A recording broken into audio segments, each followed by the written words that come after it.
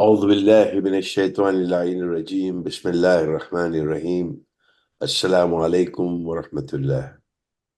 Welcome to the sixth segment of our nine-part series, Witnesses to Humanity, brought to you by IslamiCity as part of our annual Muharram 1446 commemoration. This year, we pay tribute to those who have bravely faced adversity, sacrificing their lives for truth, justice, and the betterment of mankind. We chose to call them witnesses because in witnesses, they do not merely observe, they participated. They committed themselves to the ongoing struggle for justice and human dignity, and they became active agents of change. And they indeed followed the lessons that we learned from the year of Karbala, the month of Muharram that we have where we honor them. So far, we have covered witnesses like Isaiah, Socrates, Kuwan, Rabbi Akiva, Archimedes, Prophet Isa, Joan of Arc, Galileo, Mansur al-Hallaj, and Sarmat Kashani.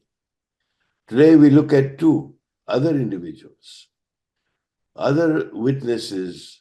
One of them is Thomas More, a notable figure in history who was a man of great principle and conviction. And we'll also today look at Ruth First, a South African anti-apartheid activist and scholar whose work in life were dedicated to fighting racial injustice. So without further ado, I'd like to invite Dr. Aslam to talk about these two witnesses today. Dr. Aslam. Bismillahirrahmanirrahim. Assalamu alaikum, everyone, and thank you very much, Dr. Walji. Today we will focus on Thomas More and the South African anti-apartheid activist. And certainly these two individuals offer very interesting examples of the witnesses to humanity, witnesses for humanity, and witnesses to the causes of humanity. Sir Thomas More, popularly known, was an English attorney. He was a scholar. He was a writer. He was a member of parliament. And he was chancellor at the time of Henry VIII.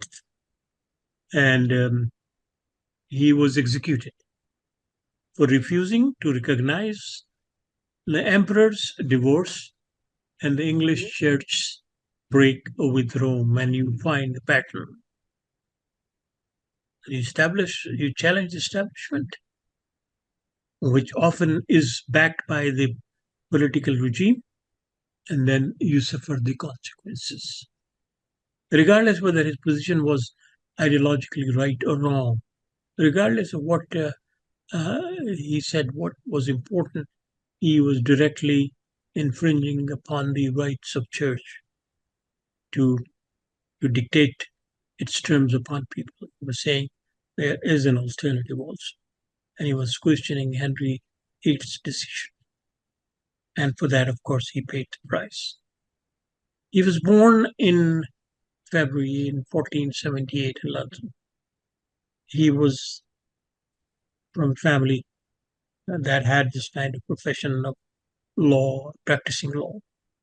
And he also used to sometimes work in the household of John Morton, who was Archbishop of Canterbury at that particular time.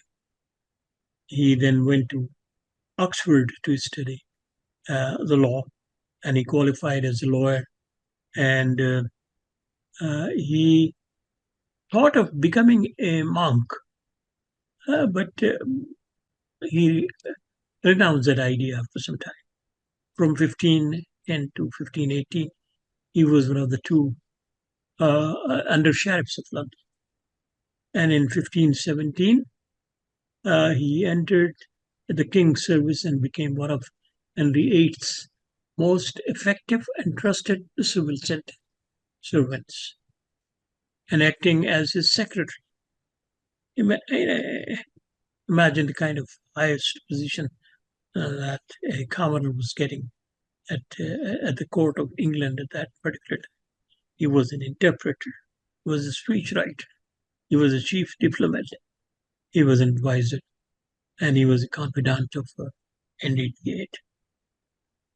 And so much so that in 1521 he was knighted.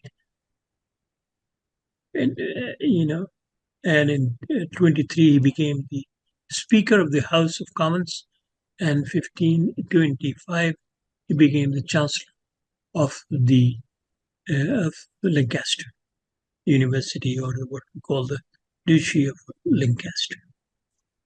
At the same time, he was building a reputation as a scholar. He was close to the radical Catholic theologian who was known as Erasmus. And he wrote polemics against Martin Luther, who was emerging in Germany, and was seeking Protestant Reformation. Around 1515, he wrote the history of Richard III, which established the king's reputation as a tyrant and has been described as the first masterpiece of English historiography. So you can see it is a scholarship that how influential he was in terms of giving those kind of ideas. In 1516, he published his most important work, which is called Utopia. It is a description of an imaginary republic ruled by reason and intended to contrast with the strife-ridden reality of contemporary European politics.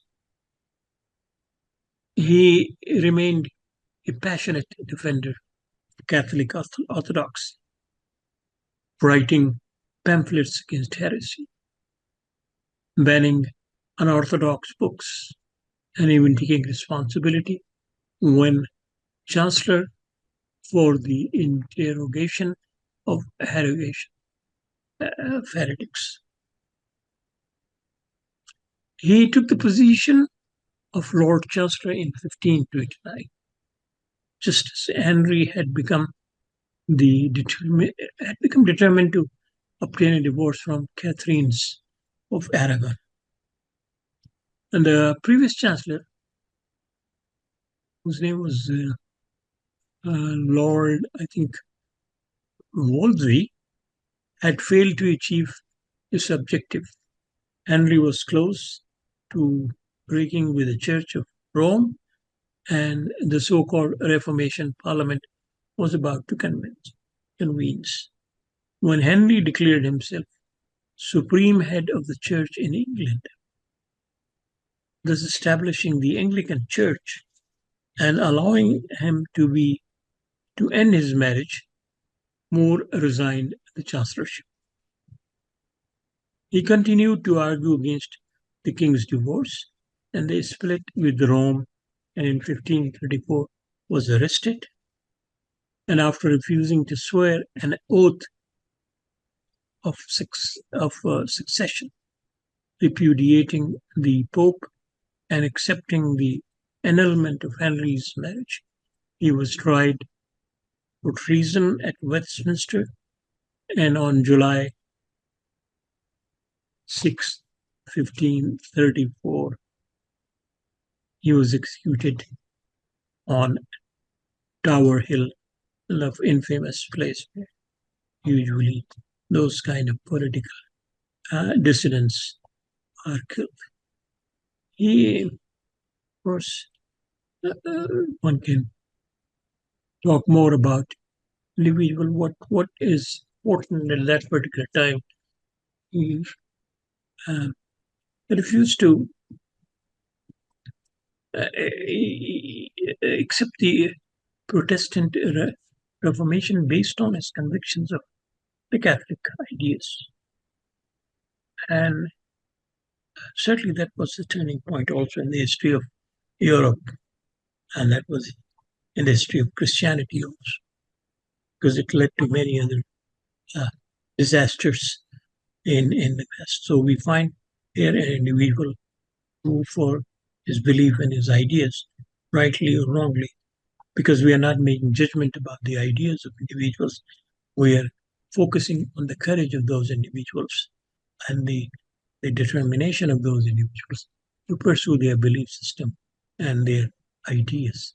And I think that is what makes them distinct from many other people, many other uh, individuals in history who take a position, yet when it comes to offer uh, their own comfort and their own lives for the causes that they believe in, then they somehow compromise and, and withdraw. And the next person that we uh, want to talk about is uh, Heloise Ruth First, and she was born in the last century, 1925, and August 1982 she died. She was a South African anti-apartheid activist. She was a scholar, and she was assassinated in Mozambique, where she was working in exile by a parcel bomb built by South African police. Of course, South African police, one can imagine, uh, how it was the remnant of the apartheid system. Now, Ruths were born to a Jewish family, and they migrated to South Africa from Latvia in 1906 and became founding members of the Communist Party of South Africa, the forerunners of the South African Communist Party. And she was born in 1955, brought up in Johannesburg, and like her parents, she joined the Communist Party, and that party was aligned with the African National Congress in its struggle to overthrow the South African apartheid government. As a teenager, she attended high school for girls and then became the first person in her family to attend university. She received her bachelor's degree from the university in 1946, and while at university, she found that a South African uh, uh, campus, she found, on a South African campus, issues that matters are national interests. She was involved in the founding of the Federation of Progressive Students, also known as Progressive Students League, and she got to know, among other fellow students, Nelson Mandela, who became the future president of South Africa, and Edward Mondiani, the first leader of the Mozambique freedom movement, it's called Frelimo. And certainly she remained committed to their ideas and their style of their leadership. After gathering, after the strength and after gathering more knowledge, he graduated and worked as a research assistant for the social welfare divisions of the Johannesburg City Council. And in 1946, her position in the Communist Party was boosted significantly after a series of minor strikes, and during which leading members of the party were arrested. Ruth then became the editor-in-chief of the Radical newspaper, which was known as The Guardian, which was subsequently banned by the apartheid state. Though investigative journalism, Ruth exposed the racial segregation policies known as apartheid, targeting black South Africans following the rise of the National Party in 1948. In 1948, she married a South African anti-apartheid activist, and she had 3 daughters. And in addition to her work with the Guardian and success at South African Congress of Democrats, a white-only wing of Congress Alliance was founded in 1953 with support from her. In 1955, she assumed the position of editor of another radical political journal called Fighting Talk, and then they were the members of the African. She became the member of the African National Congress, in addition to the Communist Party, and she also played active role during the extensive riots in 1950. Now, she was one of the defendants in the treason trial of 1956-1960, alongside 156 other leading anti-apartheid activists. And in March 1964, she went into exile in London, where she became active in British anti-apartheid movement, and she then, in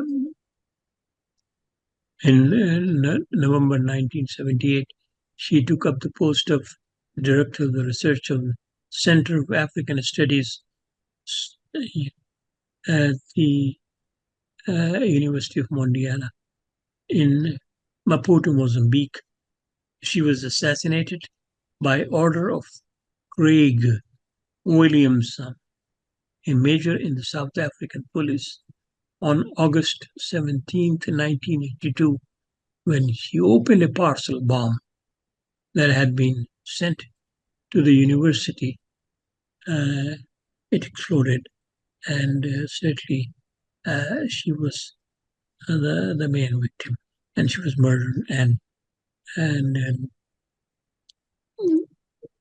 her colleagues, of course, testified that she was murdered. Her book, 170 Days, is her account of her arrest, imprisonment, and interrogation by the South African police in 1963. It was first published in 1965, and it provides a detailed account of how she endured isolation and sensory deprivation while withstanding pressure to provide information about comrades to the special police. So you see in her struggles the pains that she went through. There's a film called A Word Apart, which has a screenplay by her daughter, and it was directed by Chris Menges. It talks about South Africa and the anti-apartheid activism, and there was another movie called Catch a Fire about Patrick Chemuso, and in it, Ruth is portrayed as another daughter of